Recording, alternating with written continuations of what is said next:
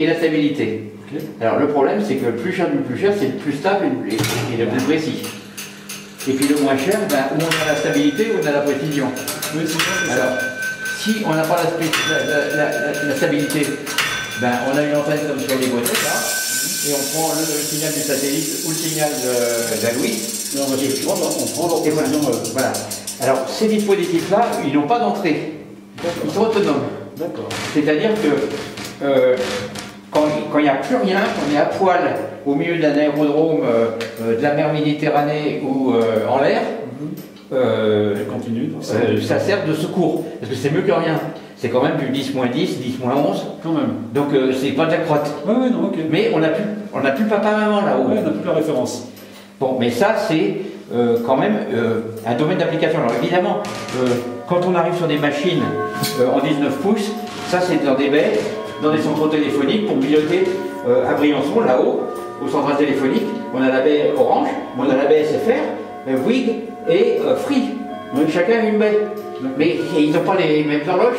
Si, ils ont la même horloge. Ils ont des horloges comme ça, au cas où on a des ruptures de lien avec la fibre optique sur Gap, Marseille et Tombouctou. Donc tout ça c'est hiérarchisé. Okay. Donc il n'y a pas une horloge atomique, c'est des horloges atomiques. Oui. Voilà. Donc ça c'est vachement intéressant parce que on a un boîtier qui ne marche pas, qu'ils ont ouvert, et on va pouvoir le mettre en vitrine entre toutes les mains pour qu'il touche. Oui, oui. Ça pèse 250 grammes.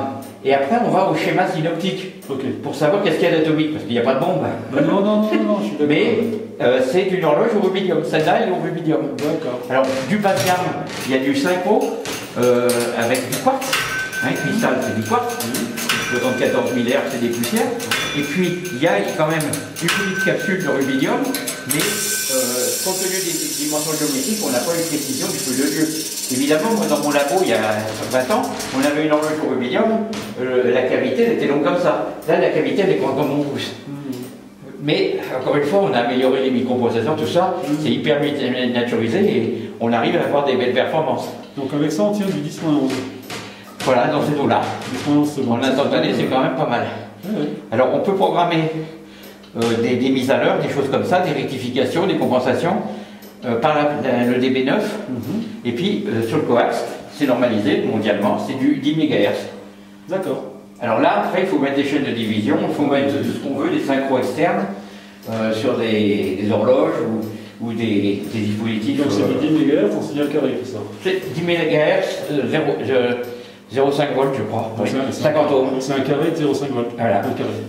D'accord. En fréquence, oui. Fréquence, Et alors la fréquence, elle est... c'est la guillotine. Hein. Oui, d'accord. Oui, donc 10-11 près, quoi. Donc, c'est individuel, c'est autonome. Ce n'est pas synchronisable. Alors, quand on arrive dans les équipements, ça c'est des low cost analyseurs, mais il y a certains équipements, là c'est pas cette gamme-là. Il y a une entrée et on peut se mettre sur une source primaire qui, quand elle en temps normal, c'est elle qui prend. C'est celle-là qu'on a, et comme elle ne peut plus synchroniser l'oscillateur, lui se met à dériver tout seul, comme un grand. Alors que l'horloge qu'on capte par l'autre bout du réseau téléphonique ou GPS, c'est des horloges des horloges du réseau mondial d'horloges atomiques, qui est une horloge virtuelle en fait. Parce qu'on avait essayé au départ de dire bon bah, c'est Greenwich, et puis les autres suivront le temps de Greenwich. Mais on est maintenant dans des précisions qui sont de la relativité d'Einstein. Donc elles sont normalement déphasées. Donc on a créé une horloge virtuelle, qui est une espèce de moyenne quadratique des 28 horloges atomiques qu'il y a dans le monde. Donc c'est une horloge fausse, mais c'est la vraie, c'est celle qui sert à tout. Et elle, en plus, on peut mesurer l'irrégularité de la Terre autour du Soleil. Et donc le 31 décembre, on rattrape les fractions de seconde tout ensemble. C'est d'abord sur la virtuelle, et puis sur ces petites sœurs qui sont à Greenwich, à Paris, Parc Montsouris, etc. Donc il y a toute une distribution qui est phénoménale. Parce que maintenant, pour les réseaux de télécom, j'ai sorti la nouvelle norme il y a 5 ans, 6 ans. Nous, on était à l'âge de la pierre à l'origine, mais aujourd'hui, c'est raffiné. On a normalisé la hiérarchie des réseaux de télécom numérique pour que, quand on passe la frontière à Montgenèvre, il n'y ait pas un saut d'une seconde ou d'une demi-seconde, ou d'un quart de seconde. Parce que nous, à mon époque, on était sur 50 nanosecondes, c'était du 2 MHz. Il ne fallait pas louper une impulsion d'horloge, sinon on perdait le cadrage et on se désynchronise. Donc, la merveille des merveilles, c'est que tous ces machins-là, ça a été après-guerre, c'est un sous-produit de la Deuxième Guerre mondiale.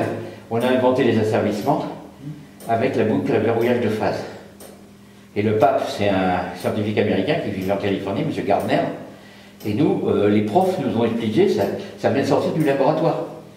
Et aujourd'hui, c'est un truc, il y en a dans la voiture, il y en a partout, dans le synthétiseur, il y en a partout. Et ça, c'est grâce à ça qu'on a pu industrialiser les horloges atomiques, les réseaux numériques, etc. Et c'est fabuleux parce qu'aujourd'hui, ça marche tellement bien qu'on n'entend pas parler. Par contre, quand les pylônes EDF sautent là-bas du côté de l'Argentière, ça pendant une demi-heure, on n'a pas eu de courant électrique à Briançon. Là, on entend parler. C'est tout.